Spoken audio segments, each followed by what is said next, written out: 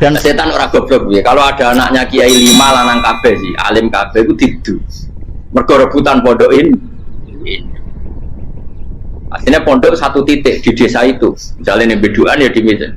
Gara-gara tuh konflik itu terus sing sitok minggat ning Kalimantan. Gara-gara anak kiai juga pondok ning Kalimantan. Sitok minggat ning Sumatera, anak kiai juga pondok ning Sumatera. Cara setane uga ngedu malah pondok tetap satu titik. Tapi setan itu goblok, ora roh, akibat ngene iku ora roh. Akhirnya dulur ditsu menyebar. Karena wong soleh menyebar ning ndi menyebarkan sujud, menyebarkan Jadi setan yo ono goblok, mung ora ngaji, kok nak ngaji rene roh, ana ngono ora usah ngono. Andai kan tidak diutik kan satu titik. Nggih betul. Tapi setan niku nek ana wong soleh iku didu. Nak didu ono sing kecewa minggat. Lah migate wong saleh ndak ape gawe apa? Mosok ape gawe dugem. Lalu kula gara wong saleh tukaran kursi tukaran gara tukaran sak migat ning Papua ya alhamdulillah. Apik.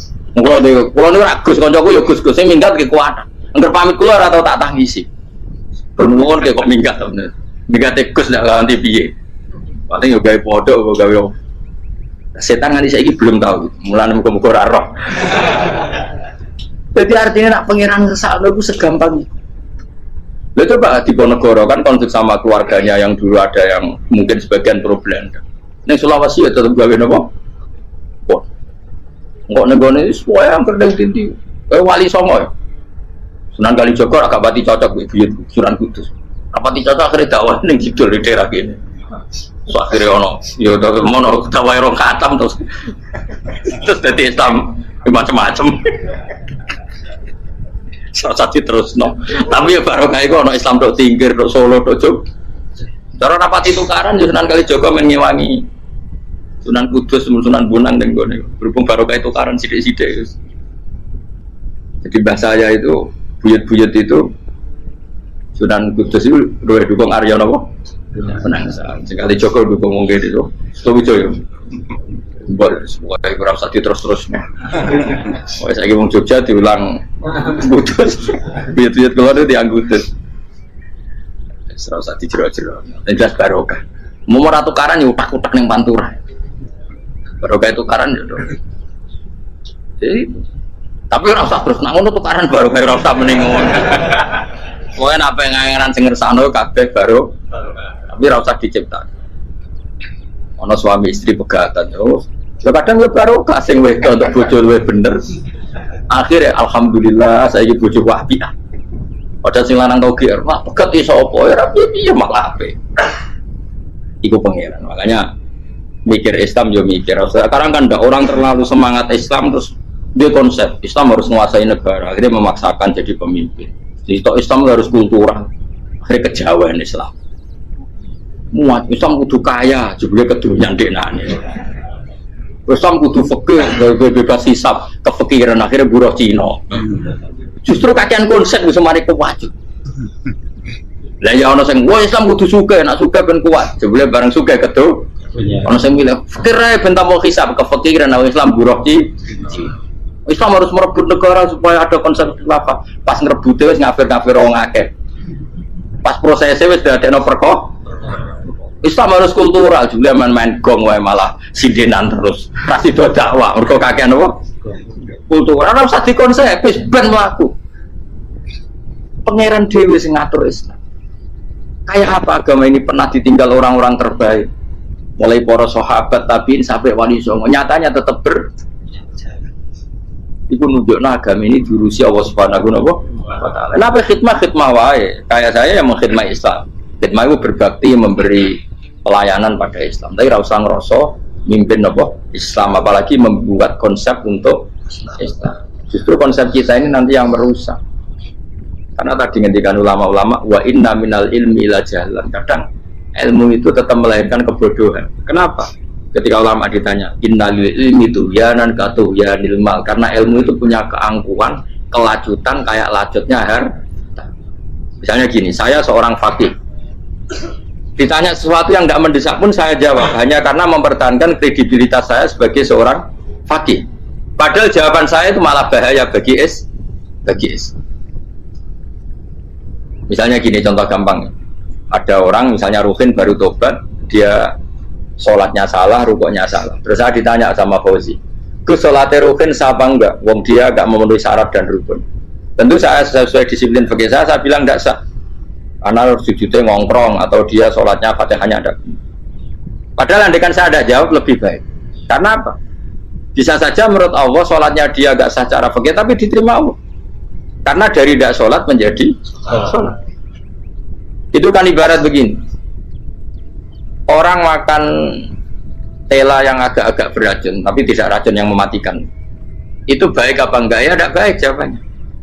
Tapi kalau bandingannya daripada tidak makan sama sekali, tentu baik makan. Nah, kesalahan itu yang makanya kata Imam Ghazali, kesalahan itu yang dialami para fuqaha mu'asirun sekarang. Setiap pertanyaan itu dijawab.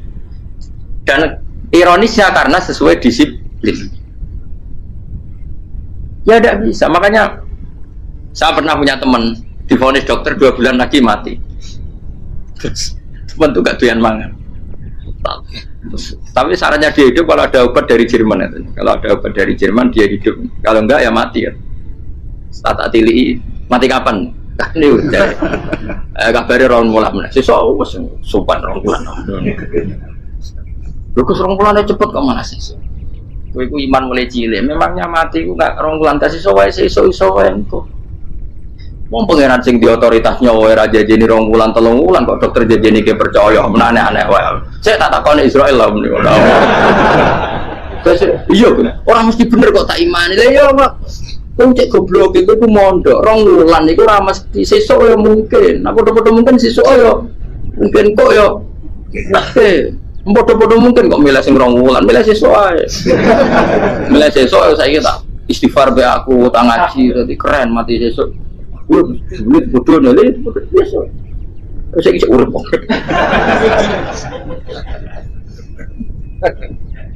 Ya karena tadi sesuatu yang enggak otoritasnya itu kita ini kan jadi orang aneh. Agama mulai dulu mengajarkan kita beribadahlah kepada Allah seakan-akan kamu mati besok. Nak kowe santri tenan tanpa diancam mati 2 wulan iku nek nak ibadah kok mati sesuk 2 wulan ku kesuwe. Lho kula nganti saiki perasaan kula nggih urip sedina. Mulane kula di 200.000 cara kula nggih kathah. Urip nganti sesuk di 200.000 di aki ya. Ana wong butuh dhuwit akeh mergo nyongkone urip suwi. Terus kula agar lan kula ora pati seneng derajat sesuk mati kok di derajat bareng sesuk. Ya kita mangka anak tamu tuh akhirnya dia terus mulai rileks, mulai sebelum malah ramati. Maksud saya itu kita makanya kembali lagi antumul fuqara'u ila kita ini butuh. Makanya kalau semuanya anut para nabi dan kalau ada kesalahan para wali, para nabi itu kesalahannya apa? Mimba bihasanatil abrar sayyiatul muqarrabin. Jadi nabi itu karena hubungannya dengan Allah sangat apa? Dekat. Sehingga hal-hal yang cara dohir itu salah, tapi itu menjadi berkah dan kita tidak pernah kayak apa sulhul apa Hudaybiyah. Makanya kata Abu Bakar nggak ada sulhun a'dhamu minal Hudaybiyah, nggak ada perdamaian yang lebih afdal ketimbang Hudaybiyah. Makanya saya itu termasuk ulama yang setuju misalnya di McGill di Amerika atau di Kanada itu kan ada Islamic Studies. Saya pernah ditanya, Gus, kalau ada sekolah perbandingan agama, menurut kamu setuju enggak? Saya bilang enggak masalah. Yang penting asal yang dikaji itu Islamnya, bukan orangnya. Kalau yang dikaji orangnya ya copet Indonesia ya Muslim. Kadang koruptornya ketua partai Islam. Wongnya kan macem-macem. Yang dikaji Islamnya loh, asal yang dikaji Islamnya. Jangan orangnya. Orangnya bulet-bulet. Wah, juara lah no. Juara. Karena pikiran saya niru Hudaybiyah. Ketika Islam didiskusikan secara masif, tetap yang unggul itu Islam. Makanya Rasulullah minta, tidak apa-apa, semua perkara saya setujui, cuma jangan larang orang mendiskusikan Islam. Akhirnya di Mekah, di Darun Nadwa, di pojok-pojok kampung, di perapatan-perapatan orang tanya, sebetulnya Muhammad itu maunya apa? mereka ada yang bilang, ya Muhammad kepingin wong nyembah pangeran. Pangeran sapa sing gawe langit bumi? Akhirnya sing situ iya, pangeran ya pantes sing gawe langit bumi. Pangeran ora tau saya apa-apaanan. Sono sing mulai cerita iya aku tahu nyembah pas duwe luwak. Sampai aku izin pangeran kudu yo iya. Sono sing cerita meneh aku tahu pas nyembah pas tangane copok. Waktu cerita kenaifan-kenaifane pangerane. Ya gara-gara boleh dulu nggak boleh dilarang oleh negara. Negara itu pinternya Nabi. Ya mau aku jaluk orang boleh mendiskusikan. Karena kalau didiskusikan pasti ja'al haqqu wa zahaqal. Mohon kalau terus nang. Inna wa yusmi'u may yasha wa ma anta bimusma'il man fil kubur. Alam tarono ta ora ngerti sira ta alam tekse ora ngerti sira ana wa ing satuna wa ta'ala iku anzala nurono sapa Allah minas sama'i sanging langit. Awan nurono ma'an ing banyu. Fa akhrajna mongko ngetokno sapa ingsun fi tetep ing dalam dawa akhirna iltifatun ta iltifat. Iltifat itu pindah anil ghaibati sanging dhamir ghaib. Mestine kan fa akhraja, tapi dadi napa? Fa akhrajna. Harusnya kan Allah menurunkan hujan dari langit kemudian Allah mengeluarkan beberapa buah. Tapi diganti apa? Fa akhrajna. Kemudian kita Allah maksudnya. Kami Allah menurunkan bihi sebab anane mak samarot dan ing boro-boro buah mukhtalifan ingkang warna-warna apa alwanuha boro-boro warnane samarot. Maksudnya Allah ingin menunjukkan kekuasaan. Sekarang orang sama-sama dari sperma. Ada yang kafir, ada yang mukmin, ada yang kriting, ono sing bangir, ono sing elek. Anggap aja kayak buah. Buah itu dari tanah yang sama, dari air yang sama. Kemudian melahirkan buah yang beda. Memangnya misalnya buah sing kecut ya ning bumi Indonesia, pikirnya ditanduri pelem manis ya ning bumi Indonesia. Mestinya kan kalau buminya sama kan nak kecut kabeh, nak manis. Tapi ternyata enggak. Allah bikin buah yang macam-macam rasanya, macam-macam warnanya dari tanah yang satu, dari air yang satu. Itu kenapa gitu ya? Saking kudrahnya Allah, saking kekuasaan Allah. Mustalifan khali warna-warna apa alwanu ya berapa warnane samarot kaafdoro kaya dene ijo wa ahmarolan abang wa asfarolan asfar. Asfar itu agak kekuningan wa irial lan yane kabeh wa minal jibali lan iku setengah sange boro-boro gunung judadur te boro-boro dalan delala Allah masih ada gunung sing tak tahu diambah manusa ya delala ada desain alam yang paling layak ada ya selalu ada yang layak dilewati jamu judatori kontekse dalan kontekse dalan Bumirihi landiane apa? Jabal. Bidon kang putih-putih. Jadi kados gunung-gunung teng Indonesia. Nah didelok wajo kemudian ada jalan mesti nyelirit ketok putih. Wa khumrun lan ana sing kemerah-merah, ron ke kuning-kuningan. Ya mukhtalifun ingkang beda-beda alwanuha apa pola warnane judat fil jibal. Bisidati ana sing terjal, wa filan ana sing kropos. Yes kaya gunung-gunung itu kan ono sing apa cengkramane ku enak berarti sidah ono sing napa dari tanah sing napa kropos wakara bi busut lan pira-pira watu kemloso piye kuna manane kemloso watu besar sudun kang ireng-ireng atfun ala judat suhur nek pira-pira watu syadidatu sawati kang banget ireng. Artinya gini loh, intinya misalnya bumi itu dari apa kita tidak pernah tahu, kalaupun tahu kita tidak bisa mengendalikan. Nyatanya bumi warnanya macam-macam, buah-buahan ya macam-macam. Iku nunjukno kabeh iku kudrahe Allah Subhanahu wa taala. Yo kalu den ucapno kaceran kang akeh aswadu tur banget ireng hirbibun wa qalilun hirbib aswad. Iku bahasa mawon wis pokoke wong Arab niku biasa ireng banget, ireng jelinteng. Lah ngeten. Aswad itu maknane iku wong Jawa nek muni ireng banget misal ireng jelinteng. Pokoknya wis ireng disifati sesuatu yang mempertegas apa? Kehitamannya. Wa minan nasilan setengah sing manusa wa dawabilan pira-pira napa kewan. Walanamilan biro-biro rojo koyo. Jadi kalau jawab itu mulai melata ya jawab, mulai kodok ya jawab. Nanti mulai kewan apa saja itu jawab. Kalau an'am itu lebih yang agak terhormat kayak apa? Kambing, kayak unta, sapi itu maksudnya apa? An'am mukhtalifun utai sing beda-beda apa alwan biro-biro warnane iki kabeh. Yo kadalik koyo warnane biro-biro kewan. Biro-biro tanduran. Jadi maksudnya ngeten nih.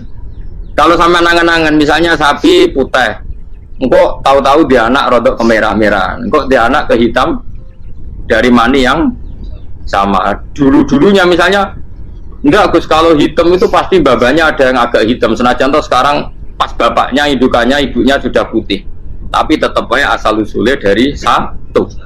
Ya tetap asal usulnya dari satu. Sekarang jadi variasi banyak, tetap asal usulnya satu. Kok sampai beda-beda itu kabeh kekuasaane Allah. Kastilah visi mari kaya dene bedane boro-boro buah wajib balilan. Yang memahami itu semua tentu ulama. Innama yakhsyallaha min ibadihil ulama. Innama yakhsam sini wedi banget Allah min ibadi sing boro-boro kaulane Allah sapa ulama boro-boro ulama. Allah itu menilai itu tidak sama dengan pikiran kita. Makanya kubu sebelah itu terlalu ekstrem, memaksa Allah berpikiran kayak dia. Satu karena kurang ngaji. Nomor dua ya tadi emosinya lebih tinggi ketimbang intelektualnya. Ini penting saya utarakan. Ternyata orang yang nyuap tadi apa nilainya plus, yaitu dia iman sama dawai Rasulullah Shallallahu Alaihi Wasallam. Kalau yang namanya saksi itu penting, cuma dia mendapat cara itu lewat suap. Tapi kan iman kalau dawai Nabi itu benar, kalau ada saksinya pasti min ahlil jannah. Terus dia nyari saksi harus dibayar ya dibayar. Sekarang sama iya 1 juta nah. Sekarang saya tanya di KPPS atau di mana-mana saksi pemilu itu dibayar enggak? Dibayar sah apa enggak? Sah. Jadi kadang kebenaran itu harus dibayar. Ini penting saya utarakan karena ada orang perempuan cantik dirayu, digaji supaya main di niklab dibayar jadi orang maksiat. Lalu mungkin ada ustadz gaji dia, bayar dia supaya mondok. Nggak tahu terusannya apa, terus diwayah apa enggak tahu saya. Pertanyaannya ketika kamu bayar kemudian jadi santri, itu kamu dosa nyuap apa dosa sodako membiayai proses kebenaran? Sodako. Tapi kalau yang bayar untuk jadi pegawai niklab maka membiayai kemaksiatan. Maka pembiayaan ini penting secara fikih, arahnya kemana? Ke hak apa ke batil? Jika di Fathul Mu'in diterangkan misalnya ada orang layak jadi pemimpin dan kemudian rivalnya itu orang yang menyesatkan atau calon perusak bangsa, ya maka calon pemimpin yang soleh itu wajib berkompetisi meskipun bibadlil mal, karena kalau yang memimpin orang fasik kampung ini rusak. Kalau yang memimpin orang soleh kalau nggak bayar juga nggak jadi, maka wajib bayar. Lah yang soleh bayar ini berstatus sedekah, tapi yang batil ini berstatus suap. Kenapa demikian? Karena yang namanya riswah atau ada yang baca ruswah adalah pembayaran untuk mengehakkan barang batil dan membatilkan barang hak. Sementara pembiayaan orang soleh adalah untuk memperkuat hak. Nah orang tuh nggak tahu, yang ngajinya tidak hatam-hatam tuh taunya pokoknya ar-rosi wal murtasi benar. Tapi nggak pernah mikir lalu definisi riswah atau ruswah itu apa? Ini bukan provokasi supaya semua calon bupati gubernur nyuap, enggak, hanya nyuruh mereka sodako saja. Jadi kalau nggak jadi, tapi sodako betul ya, kalau nggak jadi ya tetap ikhlas, mau dari awal memang sodako. Lah soal geremeng ya bawaan manusia gitu ya. Ya nggak apa-apa, kami tetap geremeng. Ini penting saya utarakan, makanya menurut saya itu bangga dengan Pak Hamid karena sepupu mbah saya itu karena alimnya. Meskipun banyak orang mensifati beliau wali dan memang wali betul, tapi saya tetap menstatuskan beliau orang alim yang dari kelaziman alim itu beliau wali. Jangan dibalik, wali dulu baru alim, karena dalam beliau orang lasem dan kaidah di lasem itu fakullu alimin waliyullah walaysa kullu waliillah aliman. Jadi kalau kaidah di daerah Jawa Tengah itu semua orang alim pasti wali, tapi kalau wali tidak mesti alim. Sehingga kalau menstatuskan alim itu keren, kalau di Jawa Tengah status alim itu keren. Dan soal keramat yang kaitannya dengan Mbah Mun itu masyhur itu dulu ketika Mbah Hamid santai-santai sama Pak Taifur sama keluarga lah. Beliau mau istirahat, kemudian yang datang Kiai Maimun, Mbah Mun zaman itu masih dipanggil Gus. Apa pur ada Pak Taifur di situ. Kata Pak Taifur, kalau manggil Pak D itu Gus Mun. Dan itu Mbah Hamid ngendikan rojulun alimun, ada Pak Taifur orang lelaki yang alim yang wali. Di beliau muji Mbah Mun juga alimun dulu, rojulun alimun wali. Ini penting saya utarakan karena kesanatan keilmuan beliau jelas dari beberapa keluarga di Lasem. Karena di daerah Fakhriyah itu yang tempat lahirnya Pak Hamid juga lahirnya mbah saya. Itu mbah-mbahnya sudah orang alim, termasuk Kiai Sidik Jember itu juga lahirnya di kawasan pondoknya Pak Hamid Fakhriyah. Dan Kiai Sidik punya anak yang namanya Ahmad Sidik yang jadi apa? Rois Am yang sekarang ada Gus Wirjon macam-macam, itu semuanya juga keluarga Lasem. Nah, saya cerita keluarga ini penting bukan karena tafakhur atau tabai, bukan, karena Allah itu membuat satu tradisi besar memang lewat dzurriyyah. Sehingga Allah ngendikan misalnya ulaikal ladzina an'ama Allahu 'alaihim minan nabiyyin min dzurriyyati Adam wa mimman hamalna ma'nuh wa min dzurriyyati Ibrahim wa Israila wa mimman hadaina wastabaina. Karena tanpa dzurriyyah itu enggak ada tradisi, enggak ada kultur. Misalnya saya menjadi hafal Quran, dulu bapak saya itu tiap zaman Pak Hamid masih sugeng, yang semaan di sini itu pasti bapak saya, namanya Kiai Haji Nur Salim. Kadang diajak baca Quran di kamarnya Kiai Hamid. Karena kalau bapak saya itu mantu ponaan sama Pak Hamid. Itu dulu bapak saya memotivasi saya supaya hafal Quran itu gini, hak kowe kudu hafal Quran. Nak kowe hafal Quran, iku kepaten obor. Kok anak merapal luwe duwe alasan. Jadi kalau ada Gus tidak alim itu mesti salah bapaknya. Karena kalau bapaknya bisa baca Wahab, anaknya mau baca primbon tuh malu. Tapi kalau bapaknya sudah bacanya WA, anaknya jadi primbon. Era cucu sudah dukun. Era cucu sudah kayak Dimas Kanjeng, nanti itu pasti. Karena nggak ada rasa malunya. Tapi kalau bapaknya alim, baca Wahab misalnya, juga Qanaah, anaknya juga itu figurnya.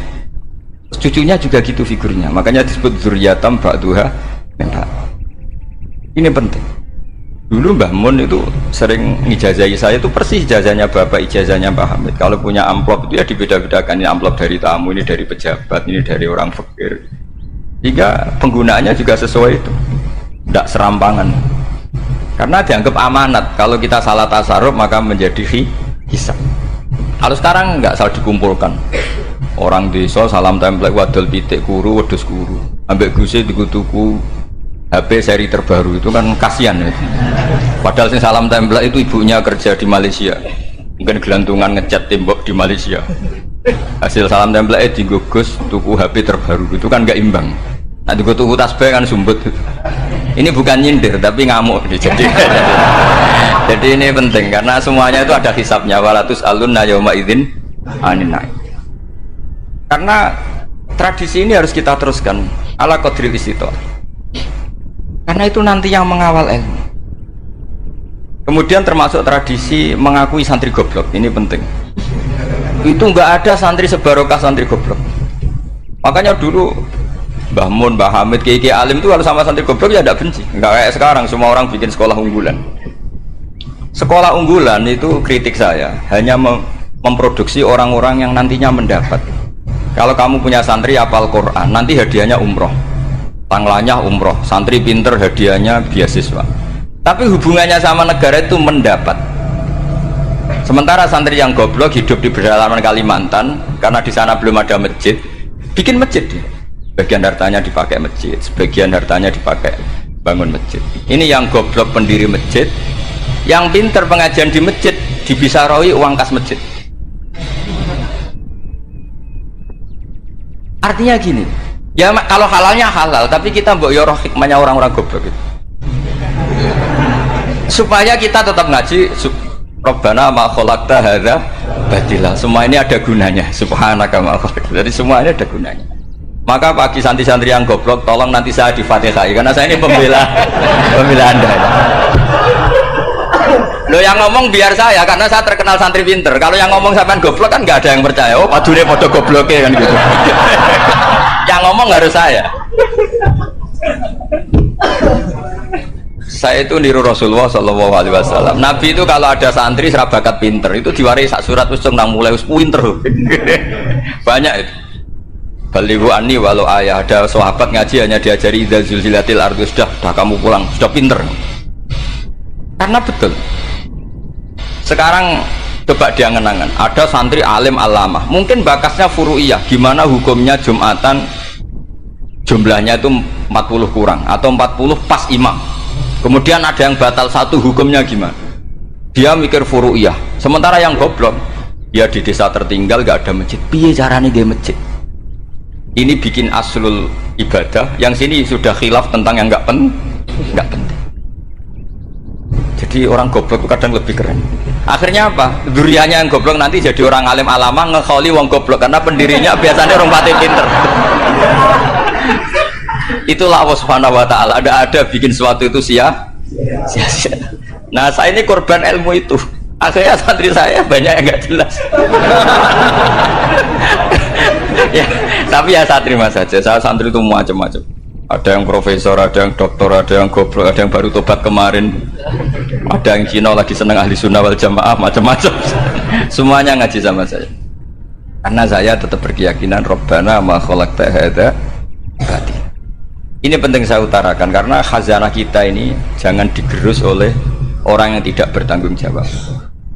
Pernah ada di hadis Muslim, ini cerita di Sahih Muslim. Ada seseorang sedang sujud kemudian diinjek oleh orang fasik. Saya ulang lagi, diinjek. Rokobanya, yang diinjek itu rokobanya. Lehernya itu diinjek sama orang fasik. Kemudian si yang sujud tadi bersumpah wallahi la yaghfiru wallahu lak. Demi Allah, Allah tidak akan mengampuni kamu.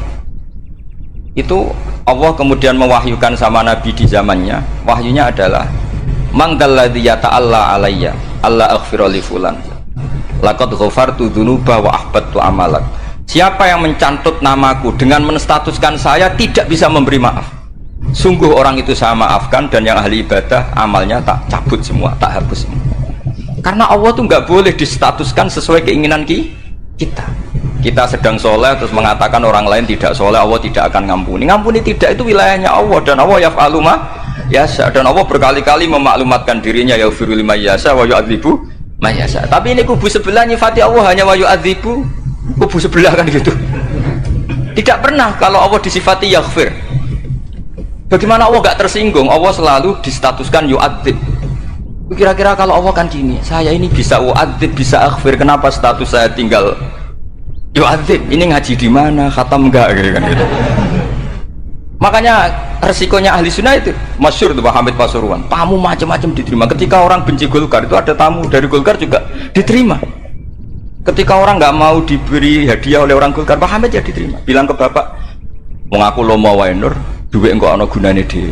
Sing marai rawan hisab itu kan kamu dapat uang nggak jelas kemudian kamu pakai pribadi. Kalau orang-orang soleh kan nggak pernah dipakai, kan aman saja. Loh, dihisab apanya? Wong hanya peralon. Kalau istilahnya Pak Hamid itu peralon. Datang diberikan orang lagi, datang diberikan. Kalau kena kamu kan hisab. Terus kamu nyate makan wareg glegeken, nah itu uangnya nggak jelas dipakai nyate glegeken, ya mesti hisab. Kalau nggak jelas ya disedekahkan. Kalau ingin bebas apa? Hisab. Tapi kalau sering sedekah biasanya nggak bebas dari miskin. Tapi kalau kamu wali kan tetap kayak Pak Hamid itu masyhur bisa kok. Tapi kan nggak jadi miskin. Kamu nggak terkenal sakok tapi miskin. Ini nggak wali. Ini penting. Jadi kebanyakan orang ekstrim karena mensifati Allah Ta'ala itu hanya dengan status yu'adzib, tidak dengan status yaghfir. Dan itu mereka harus ngaji lagi. Kurang apanya Rasulullah SAW? Nabi sebagai manusia benci sekali sama pembunuh Hamzah karena qatilu ahabbin nasi ila Rasulillah. Itu sama Wahsy. Siapa yang nggak tahu Wahsy? Qatala ahabban nas ila Rasulillah, itu qatala Hamzah. Dan ketika Nabi nyuwun sewu maksud no Wahsy, Allah malah nurkan ayat laisa laka minal amri syai'un aw yatuba alaihim. Ada pilihannya aw yatuba alaihim. Apa yang terjadi? Justru Allah mentobati Wahsy. Memaafkan Wahsy, mentobati Wahsy. Ada sahabat yang dipuji Nabi Hamamatul Masjid, akhirnya su'ul khotimah. Kita tahu ceritanya siapa? Sa'labah. Makanya kata Mbah Mun sering cerita ke saya, banyak orang darani saya itu tidak jelas, kata Mbah Mun, karena saya sama siapa saja baik sehingga banyak yang nuduh saya itu tidak jelas. Kata beliau, ulama paling jelas ya saya ini karena masih orisinil, kata beliau, tapi pakai bahasa Jawa karena tadi Mbak Idris bilang ada yang MA ya Mbak, Madura asli tadi, makanya saya terpaksa bahasa Indonesia tadi. Kata Mbah Mun, ulama paling jelas ya saya karena saya menyikapi siapa saja baik, karena di hati saya hanya membaca laisa laka minal amri syai'un aw yatuba alaihim aw yu'adziba. Kenapa kamu memvonis si buruk? Bisa saja nanti baik. Yang sedang baik bisa saja nanti bu.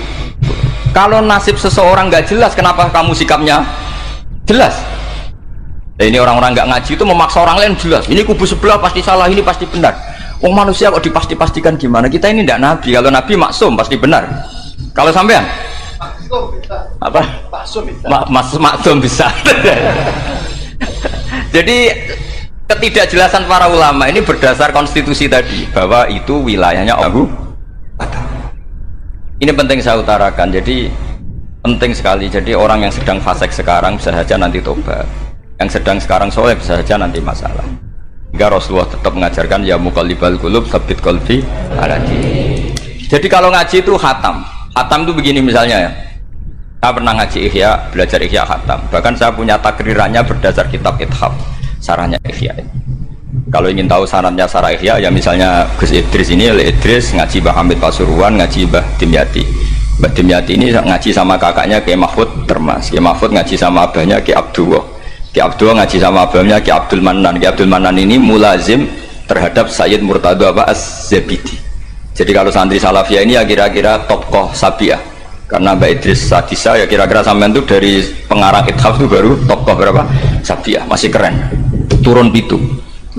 Masih kaya lah. Lah kamu kok miskin? Turun ke wolu katanya kan. Jadi nanti kalau kamu masih keren. Itu sampai ngaji kitab kalau khatam. Saya ulang lagi kalau khatam. Itu memang ada bab-bab di mana ulama itu harus tegas, harus tafrik bainal haqqi wa bainal batil. Oke, itu bagus. Mana yang hak, mana yang batil kita bedakan. Di bab itu bagus. Tapi kalau nanti kamu ngaji bab tawadhu, lihat di Bidayatul Hidayah atau di semua kitab tasawuf, bab tawadhu itu, kalau melihat kamu orang kafir, kamu melihat orang apa? Kafir. Ini aso ma'akufri, ini maksiat wajar dia kafir. Saya ini muslim kok maksiat. Fadzambi akbah, maka dosa saya lebih buruk. Melihat orang tua, mesti ada aksaru ibadatan. Ini lebih tua, mesti ibadahnya lebih banyak. Nanti kalau melihat anak kecil, ada azharu minni sinnan, pasti maksiatnya banyak saya. Jika terus evaluasi gitu, sehingga nggak pernah takabur. Misalnya di sini, saya ini kan gayanya keren, duduk di atas sampai di bawah. Gayanya tok, hakikatnya sampai lebih sombong karena memerintahkan saya. Jadi panitianya itu, makanya saya merasa tawadhu saja meskipun berdiri. Karena hakikat saya ini makmur, diperintah. Panitia ini, penyelenggara ini amir, pemerintah. Kira-kira sombong mana? Itu sekali saya tidak memaafkan, finnar itu.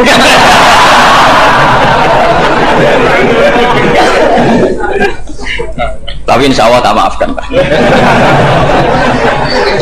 Iya masih insya Allah. Jadi ini penting. Jadi mbok ya orang-orang yang ekstrim tuh mikir keinginan Rasulullah SAW itu umatnya meninggal dalam keadaan baik. Makanya benar tadi notulen tadi, kalau doa, kalau ingin mandi itu memang harus ada jadabnya. Tapi yang asli loh ya, jangan gaya-gayanan. Ya asli betul loh, yang nggak khilaf memang asli. Itu ada seorang wali doa di depan Nabi itu begini, ya Allah saya harus jadi orang soleh. Allah diharus-haruskan itu kan nggak sopan ya. Ya Allah saya ini harus jadi orang soleh. Kenapa? Sekali saya soleh maka surroh habibu, yang senang kekasihmu. Sekali saya fasik maka yang senang musuhmu, yaitu iblis. Tinggal jenengan milih mana, nyenangkan kekasihmu apa nyenangkan musuhmu. Akhirnya ada aku ya sudah soleh aja, soleh ini kok doa kok neror orang ini. Kira-kira gitu. Jadi ya Allah saya harus jadi orang soleh. Kalau saya jadi orang soleh, surroh habibuk, yang seneng kekasihmu. Kalau saya jadi orang fasik, yang seneng musuhmu. Sedangkan tinggal milih saja, menyenangkan kekasihmu apa menyenangkan musuhmu. Kira-kira Allah seneng mana? Seneng menyenangkan. Wah itu doa paling mustajab. Tapi syaratnya harus anti bikolbin dan dari ijazah nggak mandi, itu ijazah nggak mandi. Maka ini tidak saya ijazahkan. Nanti kalau kamu ngalami isak sendiri, ngalami wujdi sendiri, terus ngalami itu, insya Allah makbul. Dia mau gaya-gayanan copy paste nggak diterima itu. Jadi wali-wali dulu itu kalau berdoa itu sederhana, tapi dari hati yang paling dalam.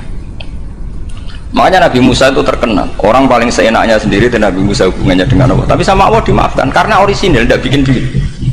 Rasulullah juga itu, kalau sudah marah itu doanya gitu. Cuma celakanya ditiru Nirawarisman dulu itu. Nabi itu ketika perang Badar itu jelas kalah, nggak mungkin menang, sudah jelas kalah. Nabi hanya 313 orang kafir, 1000 dengan perlengkapan apa? Sudah lengkap semua. Setelah perang dilihat itu jelas kalah. Seri awal yang memang kalah betul. Doanya Nabi apa? Allahumma intuhlik hadil isobah lam tu'bad badal ya. Ampun Gusti, silahkan bikin kalah, tapi ra ono sing roh najenan pangeran. Mohon lahiran jenazah di pangeran, serano sing roh. Enggak ada ibadah. Intuhlik hadil isobah lam tu'bad badal ya. kalau engkau menghancurkan kelompok saya ini, jenengan sebagai Tuhan tidak ada yang nyembah lagi, karena yang nyembah tinggal kelompok kita. Tapi yang ngendikan Nabi, kalau kamu niru tidak bisa. Gak bisa kamu doa, ya Allah saya ini santri salafiyah, kalau saya bodoh menjadi presiden buruk terhadap alumni salafiyah. Gak apa-apa sekali-kali doa gitu. Tapi kata Allah lainnya masih banyak.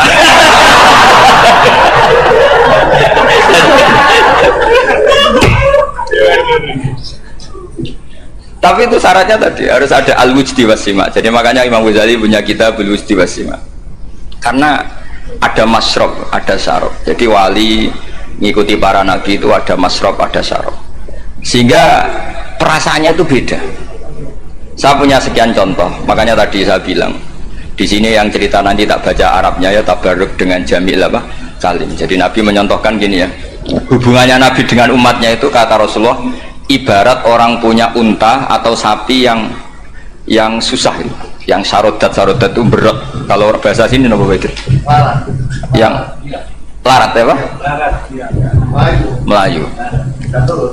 Terus orang-orang lain ingin membantu, kubu sebelah ingin bantu, tapi ketika mereka ingin bantu malah unta ini tambah lari karena asing. Semua selain pemiliknya ini kan bagi unta itu asing. Jadi mau dibantu ditangkap tambah lari karena ini orang asing semua. Ngajinya agak jelas, asalnya agak jelas, tapi mau ikut rumah Islam ini asing semua. Akhirnya kata Nabi yang punya unta itu datang, kemudian ngambil rumput, terus unta itu dipanggil, kemudian unta itu ngikuti. Kata Nabi, ibarat saya seperti itu.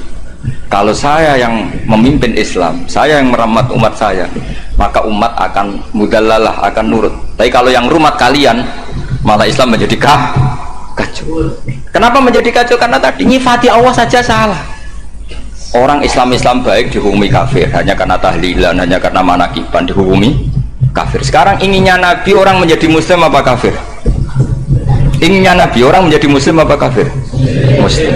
Lalu gara-gara melakukan perilaku tertentu dihukumi kafir. Iya, ziarah wali songo musyrik, nyekel patok musyrik.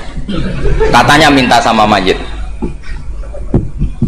Padahal saya andekan jadi mayit itu dijaroi sampean nggak seneng. Nggak senengnya karena ya kadang murid itu jari gurunya ya kurang ajar. Masa gurunya dibilang gini, ya Allah, ingkana musinan fazid fi ihsani, wa ingkana musian fatajawaz anhu. Kata gurunya, sholat tenan darani ingkana. Makanya saya tidak suka zaman ziarah ke saya. Kecuali doanya ditasyakan dulu ke saya. Makanya nggak boleh ziarah itu pada Nabi, bisa murtad kan? Coba itu baca di depan Nabi, murtad gak? Ya Allah kali ini baik maka gini, kalau buruk masa Nabi baiknya ingkana. Lah orang-orang yang menyerang kita kan itu gak ada zaman sahabat doa seperti itu. Ya mesti gak ada, mana mungkin sahabat baca itu di depan Nabi. Masa Nabi didoain ya Allah kalau dia baik maka fazid, maka kalau dia buruk ya gak mungkin. Lah mereka nyerang kita itu gak ada dalam sejarah sahabat. Ya sahabat kok nahlilin Nabi juga Nabi mau didoain maghfirlahu. Kan ngenyek kanjeng Nabi jadi ngono iku lahu. Ya mesti saja sahabat gak akan tahlilan ya. Yang kabudut itu Rasulullah, bahkan diistilahkan kabudut saja salah, intaqala ila rafiqil ala. Nah kalau sampai harus ditahlili, kalau enggak yang rokok betul. Amalnya pas-pasan, dosanya berkelanjutan. Kondak gimana? Punya tanah warisan yang hasil ngerebut milik orang lain. Kamu sudah mati, dipakai anak cucumu. Ini berkelanjutan nggak dosanya? Berkelanjutan, berseri-seri. Mereka kalau nyerang kita kan sahabat tidak melakukan itu untuk Nabi, ya nggak mungkin lah sahabat mendoakan itu pada Nabi, kan nggak mungkin. Coba kalau kamu jadi mayit, terus kamu gurunya, terus ada murid kamu bilang Allahumma ingkana musinat fazid fi ihsani wa ingkana musian fatajawaz anhu. Mesti kalau kamu bisa bangun. Ya Allah cong meyakini saya soleh itu masih ingkana. Kalau guru saya soleh maka, kalau guru saya buruk maka, itu kan taklek namanya Pak. Itu kan kurang ajar. Loh, saya tidak pernah doa gitu di depan Muhammad Rasulullah, tidak pernah. Saya kalau doakan bangun ya tidak pernah gitu. Allahumma ali darajati fil jannah gitu. Saya nggak pernah ingkana nggak pernah. Karena andekan itu saya juga sama kok. Cuma kalau ada orang doa di bangun gitu ya karena orang lain ya tak biarin, tapi saya tidak bilang amin, ya biarin aja sudah. Tapi kalau santri sarang nggak usah lah doa ya apa ingkana kok. Masa meyakini solehnya gurunya kok nunggu apa? Ingkana. Ini bukan ijazah, ini marah ini. Jadi pelurusan ini. Saya ulang lagi, ngaji itu harus khatam. Pentingnya khatam tadi, kalau di bab tafriq bainal haqqi wa bainal batin, akan-akan kubu sebelah ini benar karena tegas. Tapi kitab itu tidak hanya bab itu, juga ada bab tawadhu. Di bab tawadhu itu, misalnya kita melihat orang kafir, ini wajar maksiat kan dia kafir. Masa saya mukmin maksiat? Dan ini kafir bisa saja nanti husnul khotimah, saya muslim bisa saja su'ul khotimah. Jika tetap tawadhu, melihat yang lebih sepuh ini aksaru ibadatan minni, melihat yang kecil asghar berarti aqallu maksiatan minni, sehingga melihatnya itu tawadhu. Jadi kalau di bab tawadhu semuanya orang itu mungkin. Nah di sini Rasulullah SAW mengajarkan, ketika malaikat Jabal bilang, Muhammad, orang yang mendustakan kamu saya tungkepi gunung biar mati semua. Kata Rasulullah, saya berharap keluar dari tubuh mereka min aslabihim, dari keturunan mereka orang-orang sing mukmin. Sudah karuan kafir saja Nabi tidak berhenti berharap, jangan-jangan nanti keturunannya mukmin. Dan itu betul. Kita tahu Abu Lahab punya anak Darrah itu mukminah, Abu Jahal punya anak Ikrimah juga mukmin. Dulu Walid bin Mughirah musuh besarnya Rasulullah punya anak Khalid bin Walid. Sekarang orang-orang yang abangan gak hafal Quran, kadang anaknya hafal Quran lewat program PTPG, kadang yang hafal Quran malah anaknya tidak hafal. Makanya kalau pas wisuda sampai bingung, gurunya itu sampai nangis. Kenapa nangis? Ini anaknya orang nggak hafal Quran tak wisuda hafal, saya gurunya tidak hafal kata. Lah kenapa bisa jadi hafid? Karena guru sewaan kata. Itu banyak sekali. Ini penting saya utarakan supaya ekstremitas itu berkurang. Logika-logika yang dibangun ulama itu ngikuti riwayat. Agama itu ngikuti riwayat, bukan sekedar akal. Saya punya contoh ketika kitab Ihya menutup kitabnya, yaitu Imam Ghazali. Itu ada dua orang, ini di akhir kitab Rojak dan dipakai nutup kitab Ihya sebagai rojaknya Imam Ghazali. Ada dua orang min ahli nar dipanggil sama Allah. Ini sekaligus ijazah, kali ini ijazah betul.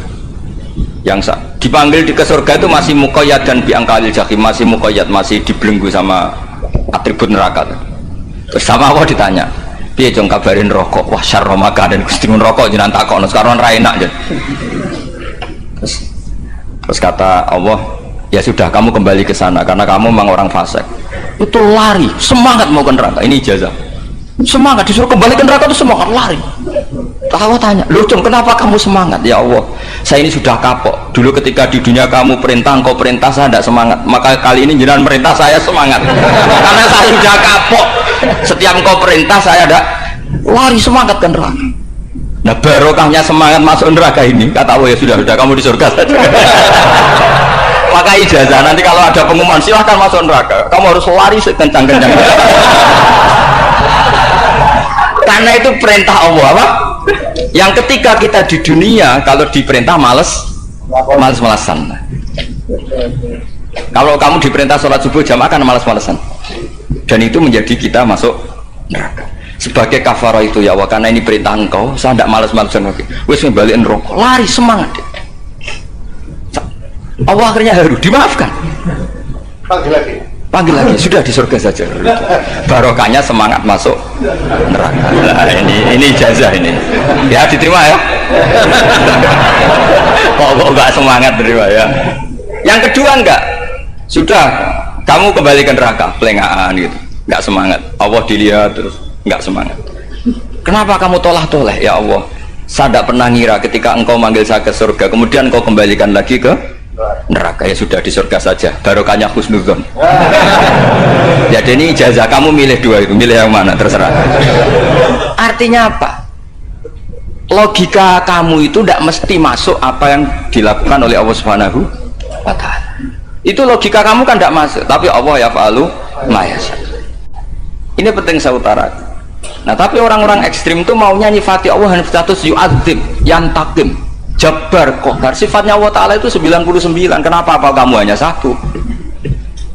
Jadi tetap saja menghadapi fenomena seperti ini tetap laisa laka minal amri syai'un aw yatuba alaihim aw yu'adzib. Sehingga setahu saya Mbah Mun, Mbah Hamid Pasuruan, guru-guru kita, habaib yang alim-alim itu melihat tamu macam-macam ya dilayani semua. Karena ini ngadepi fenomena sosial yang semuanya tidak jelas. Kalau nggak jelas apa? Ya kita bisanya berharap karena afdalul ibadah itu intidharul farad. Kalau belum Islam sekarang kita harapkan nanti. Kalau bapaknya enggak kita harapkan anaknya. Kalau anaknya belum kita harapkan cucunya. Karena agama ini limangka nayarjuwo hawal yaumal akhir. Agama ini bagi yang terus berpengharapan, bukan bagi yang putus asa. Ini yang penting saya utarakan. Jadi apalagi Allah sudah punya rencana tadi, yang goblok-goblok di pedalaman Dayak bikin masjid, yang pinter-pinter ramen lomba untuk sangu, untuk umroh. Kira-kira memberi sama mendapat pahalanya keren mana? Memberi. Tapi tidak usah jadi goblok tidak usah direncanakan, sudah terjadi. Jadi makanya saya bela karena sudah terjadi gitu. Tapi tidak usah direncanakan. Nanti terus wah goblok aja cara Gus Bak gak apa-apa ndak. Sudah kadung, ini cuma kita itu iman ya. Jadi karena yang pinter itu yang jumlahnya tidak banyak. Ini kita bully saja. Karena kamu bully pun tetap mulia kan orang pinternya. Tapi kalau orang goblok gak dibela habis dia. Yang pinter buat dikritik kayak apa kan tetap mulia kan. Lah yang muji sudah banyak, saya ngeritik saja lah. Ini tidak akan jatuh. Tapi yang goblok ini kan nggak ada yang bela. Saya sebagai umatnya Rasulullah, pecinta umat Rasulullah tak bela, tenang saja. Ada hikmahnya apa? Hikmahnya orang goblok. Betul loh, saya itu sering ketemu dokter, ketemu profesor tuh nangis. Tak tanya kenapa nangis. Bapak saya itu petani, saya di Jogja sampai jadi dekan, jadi rektor. Tapi saya sekarang rektor, anak saya sekedar SMP naik itu sudah senang. Nggak dengar kabar ketangkep BNN sudah senang. Padahal saya ini ahli metodologi. Ternyata pinter bapak saya.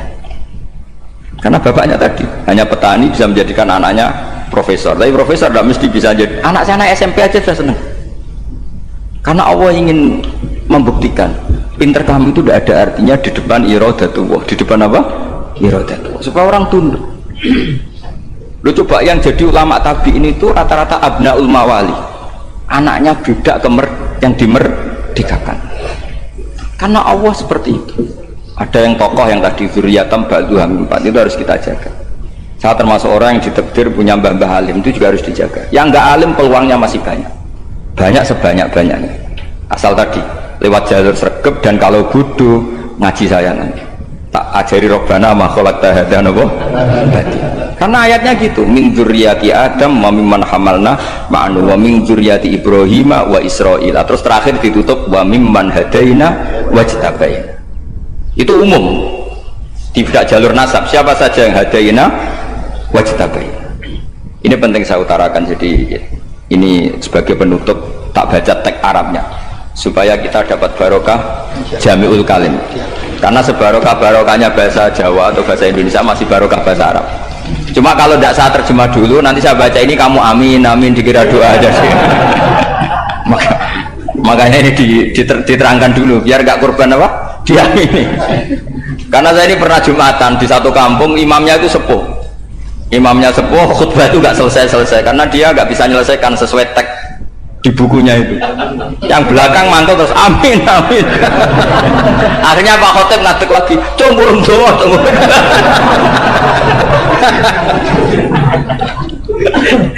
Ya ini masih teks Arab lah, yang belakang sudah apa? Amin amin kan. Ya saya baca. Disimak. Bismillahirrahmanirrahim. Wa ruwiya anna Arabiyan ja'ahu yatlubu minhu syai'an fa'atahu. Summa qala ahsantu ilaika. Dikasih sesuatu ya tadi saya contohkan, misalnya dikasih hanya 10.000. Qala al-arabiyullah wala ajmalta, kamu ya belum berbuat baik. Fa ghadibal muslimun wa qamu ilaihi. Orang-orang Islam marah besar karena Nabi dikomentari la ajmalta, kamu tidak orang baik. Fa asyara ilaihim an kufu, kata Nabi jangan kamu pukulin. Kalau di Madura sudah tuntas tuh kena celurit itu kalau. Sumakomat, kalau di MA tadi ya, di Madura asli tadi ya. Sudah tuntas. Sumakoma wa dakhala manzilahu. Setelah itu terus arsala ilaihi sallallahu alaihi wasallam wa zadahu syai'an. Kemudian Nabi menyuruh dia, ayo masuk rumah terus ditambahi. Faqala ahsantu ilaika, qala na'am fajazakallahu min ahlin wa asyiratin khairan. Setelah ditambah banyak sama Nabi, saya sudah baik sama kamu. Wah, baik kalau sekarang baik. Itu mengatakan baik karena ditambah uang loh. Bukan karena dari nuraninya, karena ditambah uang, ditambah duit. Amplopane ditambahin. Faqala lahu Nabi sallallahu alaihi wasallam, innaka qulta ma qulta wa fi nafsi ashabi min dzalika syai'un. Fa in ahbabta faqul baina aydihim ma qultu baik. Ma qulta baina yadayya hatta yadhaba ma fi sadrihim alaika. Kamu tadi ngomong dan menjadikan sahabat saya tersinggung. Coba sekarang klarifikasi supaya mereka clear apa? Itu menunjukkan klarifikasi itu termasuk wataknya Rasulullah Shallallahu Alaihi Wasallam. Tadi kamu menyinggung saya di depan umum, maka sekarang kamu muji saya juga harus di depan umum supaya clear, supaya mereka tidak punya perasaan macam-macam. Sudah akhirnya qala na'am falamma kana al-ghautu awil asyu ja'a faqala sallallahu alaihi wasallam inna hadzal arabiyya qala ma qala fazidnahu fazama'nahu radiya kadzalik qala na'am fajazakallahu min ahlin wa asyiratin khairan. Terus faqala Nabi sallallahu alaihi wasallam, ini penting ya bagi semua dai, bagi semua ustaz, masali wa masalu hada masalu rajulin lahu naqatun syaradat alaihi fattaba'an nasu wa fa'atba'an nasu falam yaziduha illa nufuran fanadahum sahibuha khallu baini wa baina naqati fa inni arfaku biha minkum. Jadi namanya unta, sapi atau kuda itu lebih terbiasa sama pemiliknya sama orang lain, sama pemiliknya. Kalau orang lain ikut mantu ketika berat malah tambahlah lari. Sama kiai sama umat itu, kalau kiai kan punya syafaqah sama umat, maka inginnya umatnya dimaafkan. Tapi kalau kubu sebelah inginnya mengkafirkan, mendosakan, membid'ahkan, nah, itu bisa diharap nggak umat mau kembali, malah lari. Makanya saya pernah ngalami ini serius. Ada orang tukang ngafir-ngafir nawang NU gitu. Di majlis, satu majlis dengan saya. Singkat cerita, semua NU pinter. Wahai jamaah duhur itu, wahai sholat, ayo jamaah, aku gak sholat. Kenapa? Kafir sholat bar, gak wajib mengkafir sholat. Tidak usah kafir, sholat saja. Mereka itu kan omongannya ta'arud, mengkafirkan kita tapi mewajibkan kita sholat. Sholat wajib gak bagi orang kafir? Gak wajib. Berani gak mereka mengatakan yang dikafirkan gak perlu sholat karena sudah kafir? Berani gak kira-kira? Gak berani. Jadi omongan mereka itu paradoks semua, karena memang gak pernah ngaji. Gak pernah apa? Gak pernah ngaji. Ngajinya betul-betul gak pernah khatam tadi. Ya, jadi kata Rasulullah, fa inni arfaqu biha minkum wa a'lamu fatawajjahala baina yadayya fa akhadhala minkum mil ardi faradda hatta ja'at wastanakhat wa shadda 'aliya rahlaha wastawa 'aliya wa inni law taraktukum kaqaulihi. Terus ya sudah seperti itu. Faradda hatta ja'at wa shadda 'aliya rahlaha wastawa 'aliya wa inni law taraktukum. Terus itu walhasil itu terusannya hadis itu, kalau saya membiarkan dia dengan keyakinannya tadi mengkritik saya dan dia mati, maka dakhalan. Jadi intinya gini, senang Nabi dibayar itu sah. Senang Nabi dibayar itu sah. Senang Nabi dibayar itu sah. Jadi ya kalau ada maulid terus kiainya ngasih makan-makan terus menjadi senang Nabi karena ada Bukharinya, itu juga sah. Ono zaitune sah. Terus kiainya senang karena untuk amplop juga sah. Jadi ini sudah ini sama-sama sah. Karena untuk kebaikan selalu sah. Makanya mungkin di sini ya habis doang ada pengajian di sini mesti ada sarapannya pertama. Iya. Kopi dan sarapan ngaji pagi. Iya. Jadi orang datang ingin sarapan tidak apa-apa. Tidak apa-apa, sah itu. Sayyid Muhammad juga gitu, kalau ada orang ngaji dikasih uang juga sah.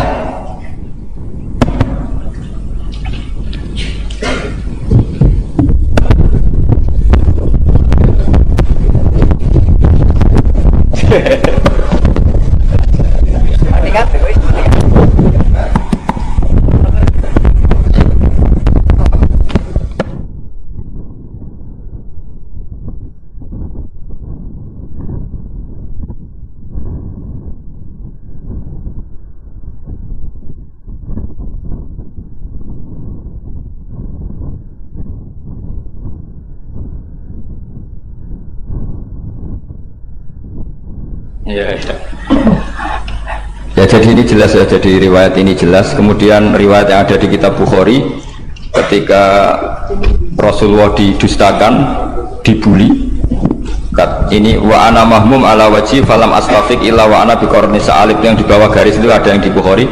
Farafatu rasi fa idzan ana bi sahabatin qad adallatni fa nadartu fa idzan fiha jibril fa nadani faqal inna wa qad sami'a qawla qaumika laka wa maraddu 'alaika wa qad basa ilaika malakal jibal litamurahu bima syi'ta fihim fanadani malakul jibal fasallama alayhi thumma qala ya Muhammad faqala dzalik bima syi'ta in syi'ta an utbiqa alim al-akhsaban faqala Nabi sallallahu alaihi wasallam bal arju ayyukhrijawahu min aslabihim ma ya'budu wa wahdah la yusyriku bihi syai'an. Jadi Nabi menghadapi yang sedang kafir saja enggak putus asa, bisa saja mereka nanti melahirkan anak-anak yang Islam. Jadi kalau ada kiai menghina orang kafir itu jangan melihat kiai kok kancanan wong kafir. Yang benar itu kiai yang penuh harapan, sehingga sama orang kafir saja berharap. Tapi sekarang enggak, kiai kancanan wong kafir, kiai kok kancanan wong fasik. Logikanya dibalik, kiai nelateni wong kafir nak menawa anak turune masuk Islam, kiai nelateni wong fasik anak menawa dadi soleh. Logikanya harus seperti itu.